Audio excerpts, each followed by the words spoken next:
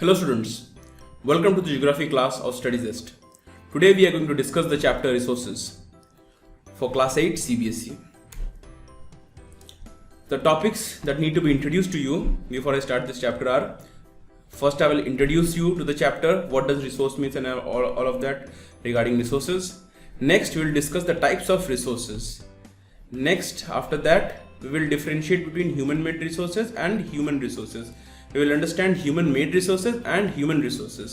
And at last, we will understand conserving resources. Before moving any further, I'd like you to subscribe to our YouTube channel, like us on Facebook, join our Telegram channel, follow us on Instagram, join our WhatsApp group, or you can call on this number if you have any queries, if you have any questions. You can go to the website www.studyzest.in. Good news for all the students out there, StudyZest has just launched its app. It is available on the Google Play Store, and once you install it in your phone, it will look something like this. And this is how our YouTube page looks like. This is how our Facebook page looks like. So the introduction to the chapter, resources. So what do you first of all understand by resources? Resource is something which has use or utility. Resource मतलब क्या होता है? Resource का मतलब होता है कोई भी ऐसी चीज जिसकी एक यूज हो सके, जिसको हम लोग किसी काम पे लगा सके, हमारे किसी काम पे लगा सके. तो कुछ एग्जांपल्स पहले ही दे दिए गए हैं इंट्रोडक्शन में, जैसे कि वाटर, इलेक्ट्रिसिटी, रिक्शा, वेजिटेबल. ये सारे जो चीजें हैं ये अलग अलग चीजें लगेंगी आपको, सर कोई सिमिलैरिटी नहीं है, लेकिन इन सब चीजों का हमारा दिनचर्या में, मतलब हमारे डे टू डे जो अफेयर्स हैं, हमारे डे टू डे हम जो काम करते हैं उसमें इन सब का बहुत इंपॉर्टेंट योगदान होता है, बहुत इंपॉर्टेंट कंट्रीब्यूशन होता है. ये सब हमें बहुत कुछ देते हैं, ये सब हमें बहुत कुछ काम में आता है हमें इन सब चीजों की वजह से. जैसे कि वाटर तो हमें हमेशा यूज करना पड़ता ही है, हमेशा 2 घंटे में एक बार तो पानी पीते ही हैं हम. और ऐसे भी घर में जो काम होता है उसके लिए भी वाटर की जरूरत पड़ जाती है. अब इलेक्ट्रिसिटी की बात करें तो अभी हम लोग की रिकॉर्ड कर रही है क्लास, तो ये इलेक्ट्रिसिटी अगर नहीं होता तो ये पॉसिबल कभी नहीं होता. तो इलेक्ट्रिसिटी की बात भी कर ली हम लोग. अब रिक्शा की बात कर लेते हैं. रिक्शा मतलब ऑटो रिक्शा की भी मैं बात कर रहा हूँ. तो it is actually very important for transportation from one place to the other. तो रिक्शा की भी इंपॉर्टेंस है और वेजिटेबल की भी इंपॉर्टेंस है. वेजिटेबल नहीं होंगी तो खाएंगे क्या? सिर्फ मांस मछली खा के तो जिंदा नहीं रह सकते हम. तो वेजिटेबल की भी इंपॉर्टेंस है. इलेक्ट्रिसिटी, रिक्शा, हर चीज की जिसकी भी इंपॉर्टेंस है हमारी लाइफ में, जो हमारे लाइफ में एक पोजीशन होल्ड करता है ना, उसी को हम लोग क्या बोलेंगे? रिसोर्सेज. और उसी को हम लोग यूज करेंगे. तो यूजेबल कमोडिटी को ही हम लोग कहते हैं कि इसमें यूटिलिटी है. जिसे हम लोग यूज करते हैं उसी को हम लोग कहते हैं इसमें यूटिलिटी है. यूटिलिटी एक दूसरी वर्ड आ गई आपके सामने, यूटिलिटी. यूटिलिटी क्या है? मतलब यूजेबिलिटी, जिसे हम लोग यूज कर सकते हैं. तो रिसोर्सेज को हम लोग यूज करते हैं, तो रिसोर्सेज में क्या होती है? यूटिलिटी होती है. तो यूटिलिटी और usability is what makes something a resource. एक चीज को एक रिसोर्स कब बनता है? एक रिसोर्स कब बनता है? जब उसकी कोई यूज होती है. वही मैं आपको समझा रहा हूं. वी ऑफन पे फॉर दीज रिसोर्सेज. हमेशा हम लोग क्या करते हैं ना, हमेशा नहीं, मतलब ज्यादातर टाइम पे हम लोग क्या करते हैं, इसके लिए पैसे देते हैं. हम लोगों की कोई फैन चाहिए तो हम लोग उसको खरीदने के लिए पैसे लगा देते हैं. बिना फ्री में तो देगा नहीं फैन कोई. या फिर हमें कहीं पर कोई एसी लेना होता है, या फिर हमें कोई कार लेनी है, हमें कोई चक्का खरीदना है, कोई टायर खरीदना है, तो उसके लिए सब चीजों के लिए हमें पैसे देने पड़ेंगे. तो इसकी भी यूजेस है हमारे. अब कुछ चीज ऐसी भी है जिसके लिए पैसे नहीं भी देने पड़ते, जैसे कि एक सीन जो है हमारे माइंड के लिए, माइंड को स्टेबलाइज करने के लिए कभी कभी हमें एक सीनरिक व्यू चाहिए होता है. कभी कभी हम लोग घूमने चले जाते हैं ना, छुट्टियों का टाइम हम लोग कोई हिल स्टेशन, गर्मी की छुट्टी का टाइम हम लोग को कहाँ चले जाते हैं? हिल स्टेशन चले जाते हैं, क्योंकि हम लोगों को सीनरी देखनी है वहाँ की, हम लोग को चेंज ऑफ वेदर चाहिए होता है, हम लोगों को नए नए जगह एक्सप्लोर करने होते हैं, जिसकी वजह से हम लोग घूमने चले जाते हैं. तो वहां पर जहाँ मैं जा रहा हूँ वहां का नेचर देखने के लिए क्या पैसे लग रहे हैं? आप कहोगे सर आप तो पैसे खर्च करके जा रहे हो. ठीक है, मैं पैसे खर्च करके जा रहा हूँ. अच्छा, दूसरा कोई एग्जाम्पल ले रहे हैं हम. आपके घर से ही आप पैदल चल के जा रहे हो, तो जब आप पैदल चल के निकलोगे तो बहुत सारी सीनरीज मिलेंगी, बहुत सारी ग्रीनरीज आपको दिखने मिलेगी. तो वो जो एक सीनिक इंपॉर्टेंस है वो भी आपको प्लेजर दे रहा है. क्या दे रहा है? प्लेजर दे रहा है. मतलब यूज हो रहा है, आप कहीं ना कहीं उसे यूज कर रहे हो, लेकिन वो फ्री ऑफ कॉस्ट है.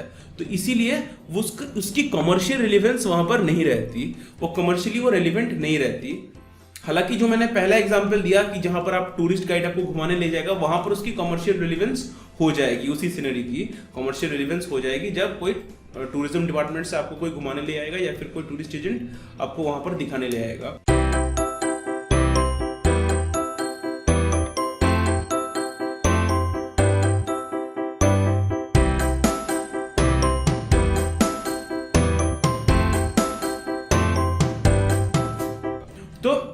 तो हम लोग क्या करते हैं ना, ज्यादातर केसेस में आपने देखा कि जो मैंने एग्जांपल दी उसमें ज्यादातर केसेस में आपने देखा कि हम लोग पे करते हैं इससे, मतलब कमर्शियल रिलेवेंस कहीं ना कहीं होता है, यानी कि इकोनॉमिक्स और इस चीज का डायरेक्ट एक संपर्क है, आप बोल सकते हो। रिसोर्सेज का और इकोनॉमिक्स का एक डायरेक्ट संपर्क है यहाँ पर। सो एग्जाम्पल देख लेते हैं एक और। वी पे फॉर वाटर, हम लोग पैसे देते हैं वाटर के लिए, इलेक्ट्रिसिटी के लिए हम लोग पैसे देते हैं। जैसे हम लोग वेस्ट बंगाल इलेक्ट्रिसिटी काउंसिल के पास जाकर हमें हमेशा पैसे दे के आते हैं हर महीने। पानी का भी बिल आता है हमारे घर में, बहुत कम आता है, लेकिन हम लोग को देना पड़ता है उसका बिल म्यूनसिपैलिटी से, म्यूनसिपैलिटी को। अब आते हैं resources are valuable for us. अब ये रिसोर्सेज हैं तो हम लोगों को पैसे दे रहे हैं, तो ऐसे तो कोई पैसे नहीं देगा, कोई रीजन होगा ठोस हमारे पास पैसे देने के, तभी हम लोग पैसे देंगे, वरना कोई क्यों पैसे देगा। तो रिसोर्सेज हमारे लिए वैल्यूएबल है, इसीलिए हम लोगों को पैसे देते हैं इस चीजों के एक्सचेंज में। सो वैल्यू क्या होता है, वैल्यूएबल हम इसे क्यों कह रहे हैं? तो वैल्यू का मतलब होता है वर्थ या फिर कीमत। नो योर वर्थ, हम लोग बोलते हैं नो योर वर्थ, अपनी कीमत समझो। तो अगर आप सपोज आप एक कंपनी में काम करते हो जहां पर आपको अंडरपेड किया जा रहा है, कम पैसे दिए जा रहे हैं, तो आपको आपके कलीग्स क्या बोलेंगे? नो योर वर्थ, अच्छी कंपनी में ट्राई करो जहां पर आपको ज्यादा पैसे मिल रहे हैं। तो इसीलिए वैल्यू मतलब वर्थ।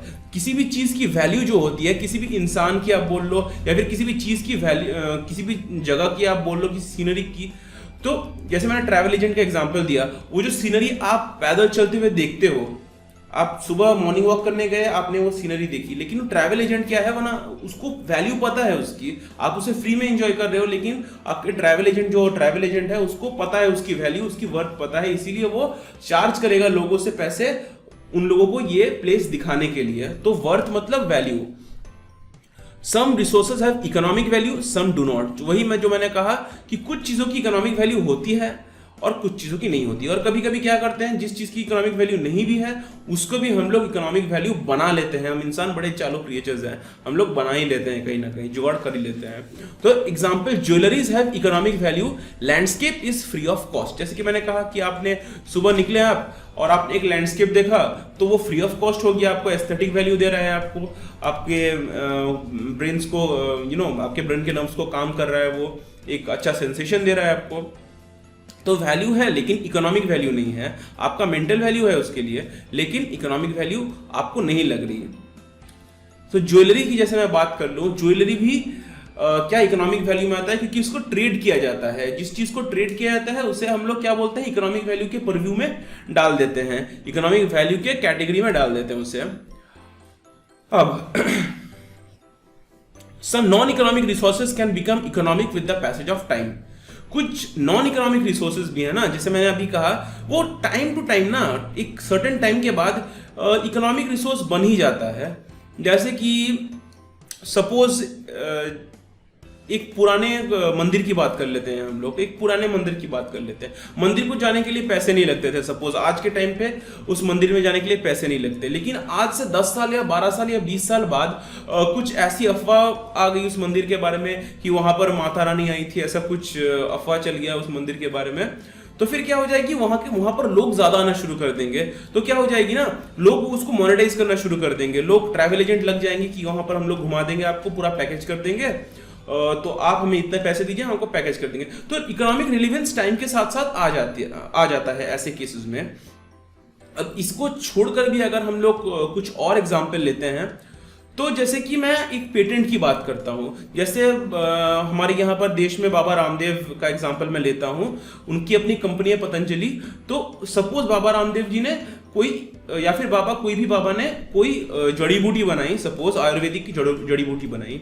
सपोज ये भी कोरोना वायरस का टाइम चल रहा है, तो कोरोना वायरस का एग्जांपल लेते हैं कि किसी बाबा ने कोई ऐसी आयुर्वेदिक दवाई बना दी जिससे कोरोना वायरस का क्योर हो जाता है। तो और उसे क्या करते हैं वो पेटेंट करवा लेते हैं। अब पेटेंट क्या है मैं आपको बाद में समझाता हूं। पेटेंट मतलब एक्सक्लूसिव राइट, ठीक है, मैं इसमें डिटेल में जाऊंगा थोड़ी देर बाद। अब ये पेटेंट जब करवा लेते हैं तब वो जो दवाई है उसे बेचने का अधिकार जो है, वो जो दवाई बाबा जी ने बनाई, उस दवाई को बेचने का अधिकार सिर्फ बाबा जी को ही है।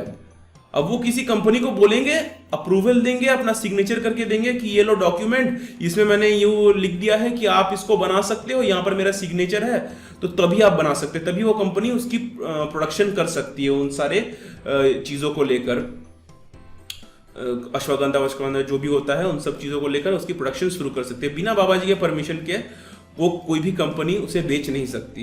तो ये जो चीज है इसे हम लोग पेटेंट कहते हैं, राइट्स ओवर एन इन्वेंशन, क्योंकि ये बाबा जी का इन्वेंशन है।